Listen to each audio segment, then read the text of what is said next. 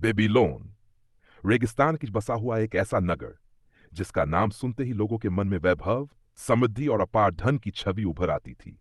विशाल दीवारें, भव्य महल, सोने से भरे बाजार, दूर दूर से आने वाले व्यापारी और ऐसी संपत्ति जिसकी चर्चा पूरे संसार में होती थी। लेकिन इस नगर की सबसे बड़ी विशेषता उसकी इमारतें या उसका वैभव नहीं था। उसकी सबसे बड़ी विशेषता थी वहां के लोगों की धन के प्रति समझ। क्योंकि बेबीलोन के लोगों ने एक ऐसी कला सीख ली थी जिसे आज भी अधिकांश लोग नहीं सीख पाए हैं। धन कमाने की कला, धन को बचाने की कला और सबसे महत्वपूर्ण, धन को बढ़ाने की कला। इसी नगर में दो मित्र रहते थे। दोनों बचपन से साथ बड़े हुए थे। दोनों मेहनती थे। दोनों सपने देखते थे। दोनों अपने परिवारों के लिए बेहतर जीवन चाहते थे।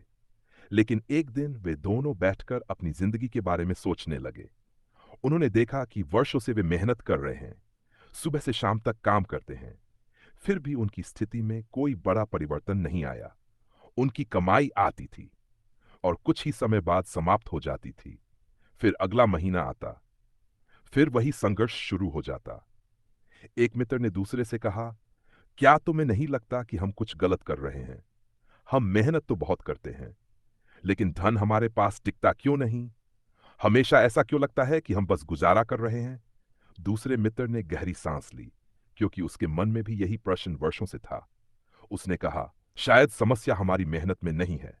शायद समस्या यह है कि हमें धन का जान नहीं है। और उसी दिन उन्होंने एक निर्णय लिया। वे धनवान बनने का रहस्य जानेंगे। वे समझेंगे कि आखिर कुछ लोग इतने समृद्ध कैसे बन जाते हैं। उनकी खोज उन्हें एक ऐसे व्यक्ति तक ले गई जिसका नाम पूरे बेबीलोन में सम्मान के साथ लिया जाता था। लोग कहते थे कि वह बेबीलोन का सबसे धनी व्यक्ति है। उसके पास अपार संपत्ति थी। लेकिन वह हमेशा ऐसा नहीं था। कभी वह भी एक साधारण युवक था।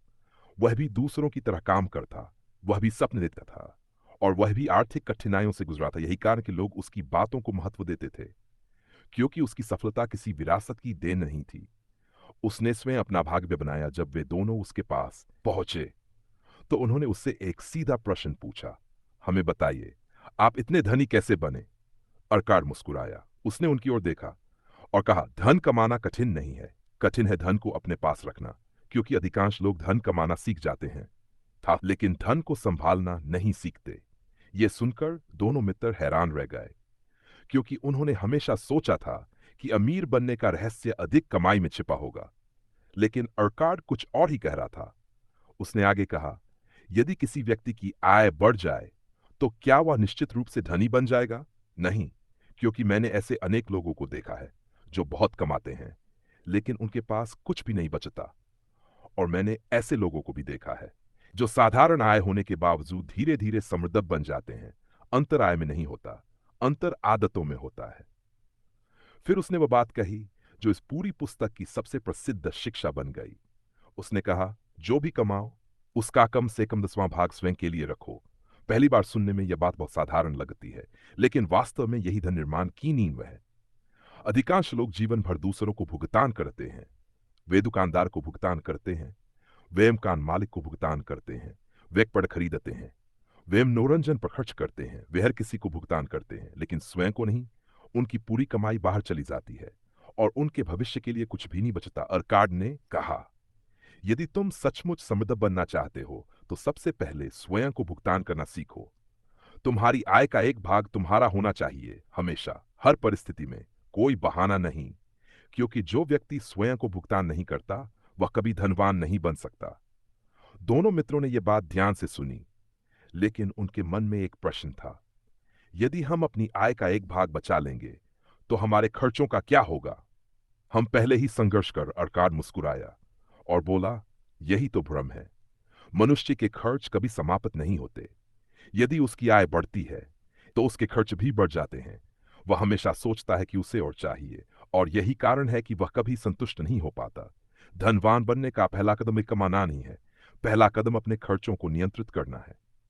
यह बात सुनकर दोनों मित्र सोच में पड़ गए, क्योंकि उन्होंने महसूस किया कि वास्तव में उनके कई खर्च आवश्यक नहीं। लेकिन धीरे धीरे अर्काड ने उन्हें समझाया कि इच्छा और आवश्यकता में अंतर होता है। मनुष्य की इच्छाएं अनंत होती हैं, लेकिन उसकी आवश्यकताएं सीमित होती हैं। जो व्यक्ति हर इच्छा को आवश्यकता समझ लेता है वह कभी धन नहीं बचा सकता। फिर अर्काड ने एक और महत्वपूर्ण बात कही। उसने कहा, बचाया हुआ धन केवल शुरुआत है। यदि तुम्हारा धन बस पड़ा हुआ है तो वह पर्याप्त नहीं है। तुम्हें अपने धन को काम पर लगाना होगा। तुम्हारे सिक्कों तुम्हारे लिए और सिक्के कमाने चाहिए। यही वास्तविक समृद्धि का रहस्य है। उसने एक उदाहरण दिया। मान लो कि तुम्हारे पास 10 सिक्के हैं। यदि तुम उन्हें खर्च कर देते हो तो कहानी वहीं समाप्त हो जाती है। लेकिन यदि वे 10 सिक्के तुम्हारे लिए एक और सिक्का कमाते हैं और फिर वह नया सिक्का भी कमाई करने लगता है, तो धीरे धीरे धन का एक ऐसा चक्र शुरू होता है जो समय के साथ बहुत बड़ा हो जाता है।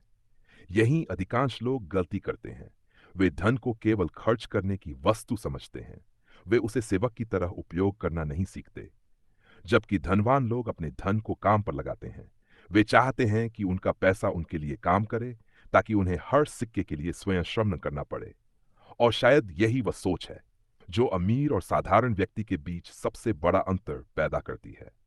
साधारण व्यक्ति अपने समय के बदले धन कमाता है। धनवान व्यक्ति अपने धन से और धन कमाता है। धीरे धीरे यह अंतर इतना बड़ा हो जाता है कि उनकी जिंदगी पूरी तरह अलग दिखाई देने लगती है। लेकिन यह परिवर्तन अचानक नहीं होता। यह वर्षों के अनुशासन का परिणाम होता है। छोटे छोटे निर्णयों का परिणाम होता है। हर महीने बचाए गए छोटे हिस्सों का परिणाम होता है। और यही बात अधिकांश लोग समझ नहीं पाते। उन्हें बड़े परिणाम चाहिए, लेकिन छोटे कदमों को महत्व नहीं देते। उन्हें विशाल संपत्ति चाहिए, लेकिन वे दैनिक अनुशासन से बचते हैं। जबकि वास्तविकता है कि हर बड़ी संपत्ति एक छोटे से निर्णय से शुरू होती है। उस निर्णय से जिसमें कोई व्यक्ति पहली बार अपने भविष्य को वर्तमान की इच्छाओं से अधिक महत्व देता है। और यही वह क्षण होता है जब उसकी आर्थिक यात्रा वास्तव में शुरू होती है। अर्काड की बातें सुनकर उन दोनों मित्रों के मन में आशा जाग उठी। उन्हें पहली बार ऐसा महसूस हुआ कि धनवान बनना केवल भाग्य का खेल नहीं है। यह कोई रहस्य नहीं है जो केवल कुछ लोगों को पता हो, बल्कि यह कुछ सिद्धांतों का परिणाम है जिन्हें कोई भी व्यक्ति सीख सकता है। लेकिन अर्काड जानता था कि केवल बचत करना और धन को काम पर लगाना पर्याप्त नहीं है, क्योंकि धन कमाने से भी अधिक कठिन कार्य होता है, धन की रक्षा करना।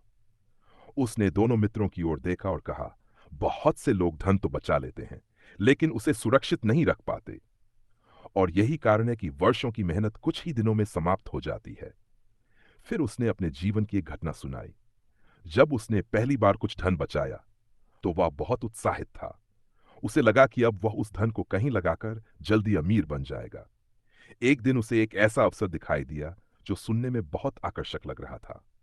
उसे कहा गया कि यदि वह अपना धन एक व्यापार में लगा दे तो उसे बहुत बड़ा लाभ मिलेगा। अर्काड ने बिना अधिक सोचे अपना धन लगा दिया, लेकिन कुछ ही समय बाद उसका सारा धन डूब गया। वर्षों की बचत समाप्त हो गई। उसे बहुत दुख हुआ, लेकिन उसी घटना ने उसे एक अमूल्य शिक्षा दी। उसने सीखा कि धन कमाने से पहले धन की रक्षा करना सीखना आवश्यक है, क्योंकि मूर्खतापूर्ण निर्णय केवल धन नहीं छीनते, वे समय भी छीन लेते हैं। और समय वह चीज है जो कभी वापस नहीं आती। उसने कहा, जब भी धन निवेश करो तो पहले यह सुनिश्चित करो कि तुम्हारी मूल पूंजी सुरक्षित रहे।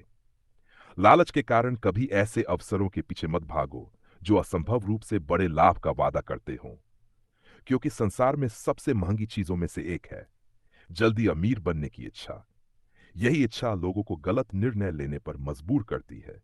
लोग सोचते हैं कि वे एक ही छलांग में बहुत आगे पहुंच जाएंगे, लेकिन अक्सर वे वहीं गिर जाते हैं जहां से उन्होंने शुरुआत की थी। वास्तव में धन धीरे धीरे बढ़ता है। वह धैर्य चाहता है, अनुशासन चाहता है, समय चाहता है। जो व्यक्ति इन तीनों को स्वीकार कर लेता है वह धीरे धीरे मजबूत होता जाता है। इसके बाद अर्काड ने एक और महत्वपूर्ण बात कही।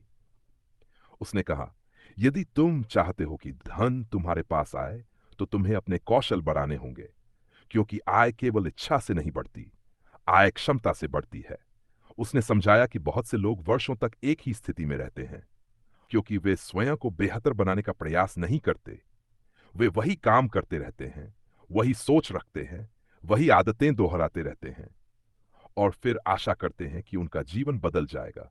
लेकिन जीवन ऐसे नहीं बदलता। यदि परिणाम बदलने हैं तो व्यक्ति को स्वयं बदलना पड़ता है।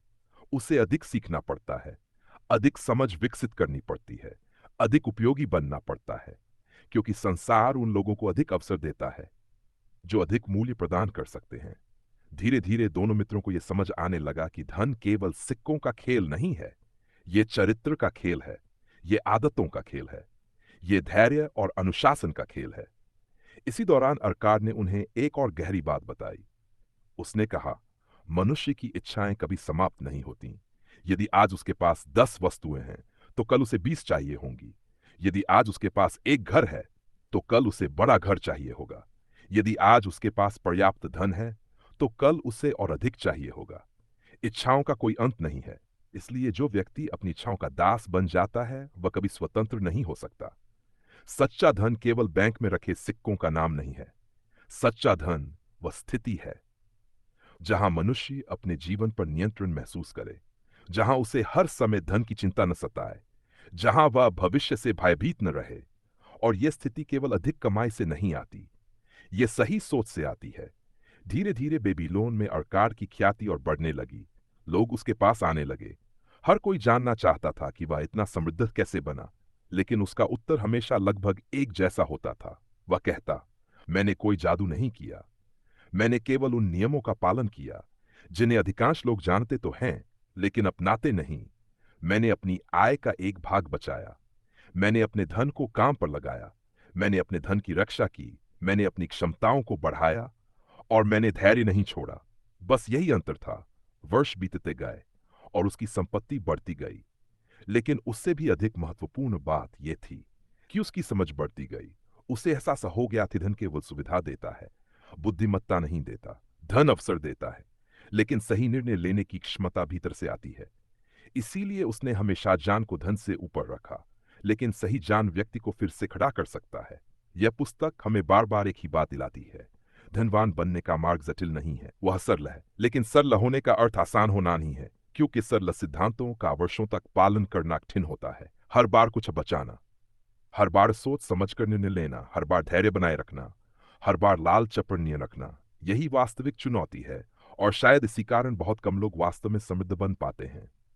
अधिकांश लोग परिणाम चाहते हैं लेकिन प्रक्रिया नहीं। वे फल चाहते हैं लेकिन वृक्ष लगाने और उसकी देखभाल करने का धैर्य नहीं रखते। जबकि बेबीलोन की सबसे बड़ी शिक्षा यही है कि धन एक बीज की तरह है। यदि उसे सही स्थान पर बोया जाए, उसकी रक्षा की जाए और उसे समय दिया जाए, तो वह धीरे धीरे एक विशाल वृक्ष बन सकता है। लेकिन यदि हर बार बीज को खोदकर देखा जाए कि वह कितना बड़ा, तो वह कभी वृक्ष नहीं बन पाएगा। इसी प्रकार धन को भी समय चाहिए, धैर्य चाहिए, अनुशासन चाहिए और सबसे बढ़कर एक ऐसी सोच चाहिए जो वर्तमान की इच्छाओं से अधिक भविष्य के निर्माण को महत्व दे। यही कारण है कि हजारों वर्ष पहले लिखी गई ये शिक्षाएं आज भी उतनी ही प्रासंगिक हैं, क्योंकि समय बदलता है, साधन बदलते हैं, मुद्राएं बदलती हैं, लेकिन धन के नियम नहीं बदलते। आज भी वही व्यक्ति आगे बढ़ता है जो अपनी आय का एक भाग बचाता है, जो अपने धन को बुद्धिमानी से काम पर लगाता है, जो अपने निर्णयों में धैर्य रखता है और जो यह समझता है कि आर्थिक समृद्धि कोई घटना नहीं बल्कि एक लंबी यात्रा है। एक ऐसी यात्रा जो छोटे छोटे सही निर्णयों से शुरू होती है और धीरे धीरे एक साधारण जीवन को असाधारण बना देती है।